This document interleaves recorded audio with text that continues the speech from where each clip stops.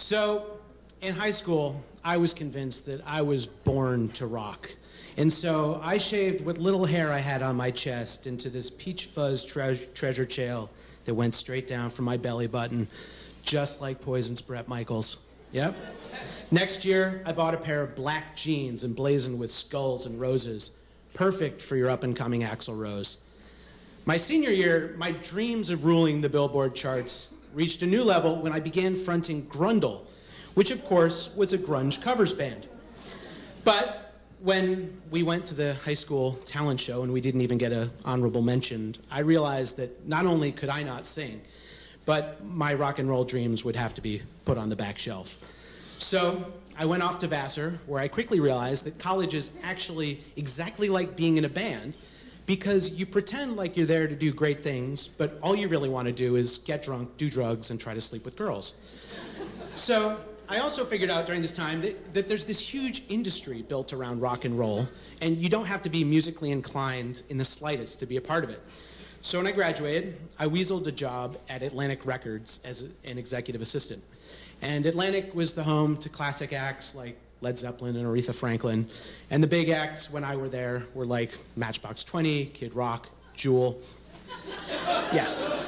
Now the one act that had been huge, but definitely wasn't huge anymore, was Hootie and the Blowfish. Yeah.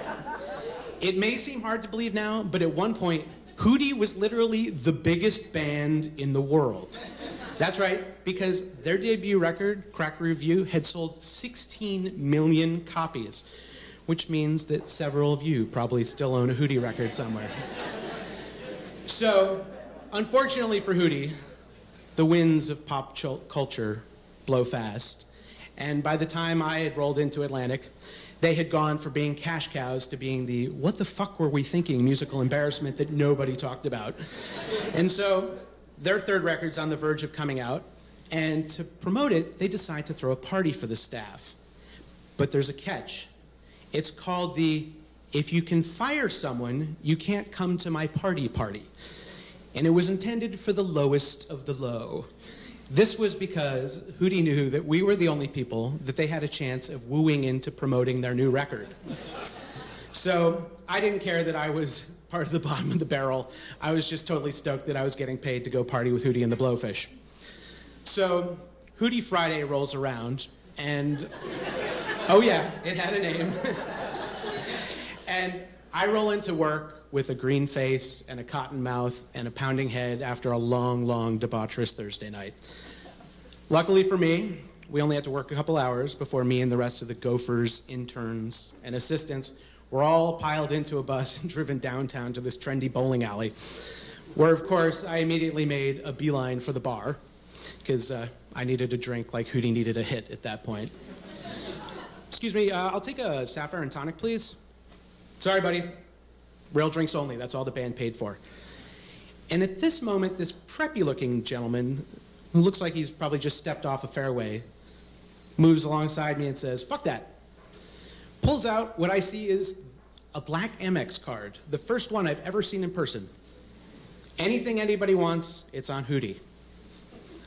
Wow, okay. I thank him, introduce myself. He says, "I'm Gus Gusler." Now, I don't recognize Gus Gusler by his face, but I know his name. This is Hootie's lawyer. So he's one of the guys that got a 7-figure bonus when Hootie's Cracker Review turned into the momentary soundtrack for a misguided generation. Gus asked the bartender, "What's the best kind of tequila you got?" Bartender says, "We've got 70 kinds. The best one costs $100 a glass." "Okay, I'll take a bottle of that and 2 glasses, please." All right. So he pours us a couple of doubles to Hootie. We shoot them back. He pours a couple more, so I feel I have to say, to the Blowfish. We shoot those. And over the next half an hour, we figure out half a dozen other ways to salute the band. And when creativity runs low, I get up on the bar stool and start serenading the whole bar with an a cappella rendition of Hootie's hit, "Hold My Hand." Not tonight, not tonight. Maybe Let Her Cry. I know more than 2 Hootie songs, that's disturbing. So anyway, That moment was amazing, though, because for a second, I felt like a rock star. People were cheering. One guy had his lighter out. Everyone's clapping. And then I looked down, and the room starts to spin, and all the misdeeds of the last 24 hours well up in my throat. Yeah. But I don't want to lose it in front of my new best friend, so I clamber down and make a beeline for the bathroom. And I'm just about there when this brunette chick from the accounting department, who I know has a crush on me, gets in my way. Hey, Nevin, how you doing? What's going on? And she's sucking on a Diet Coke, and she's totally sober, has no idea what's going on. And I'm like, I'm trying to smile and yet press back the vomit. She has no idea this is happening still, and she's like, you know, you should totally come into my lane. You could, like, totally be on my team. And I kind of shrug towards the bathroom like I'm doing some kind of fucked up Charlie Chaplin impression. But that, of course, was the absolute wrong moment for physical pantomime. At that moment, half a bottle of tequila staged a jailbreak and sprinted for the border. To my credit, I did get my hand up in time, but that just meant that I had a handful of vomit. And a reminder that yes, I did have a hot dog for lunch on Thursday. Yeah. So I looked down at my hand, I looked back up at the girl, and the look in her eyes has gone from attraction to repulsion, like that. And I don't know what Miss Manners normally recommends you do in these situations. My response, run over to the nearest trash can, violently shake out my hand, and then bolt into the bathroom. And when I come out of the stall 10 minutes later, who should be standing around the sinks, bullshitting like they're backstage at Madison Square Gardens, but Hootie and the Blowfish. And Darius, that was the lead singer that you all mistakenly referred to as Hootie at the time, took one look at me and just lost his shit laughing, and then says, you know, I'd give you a high five, man, but no problem, dude.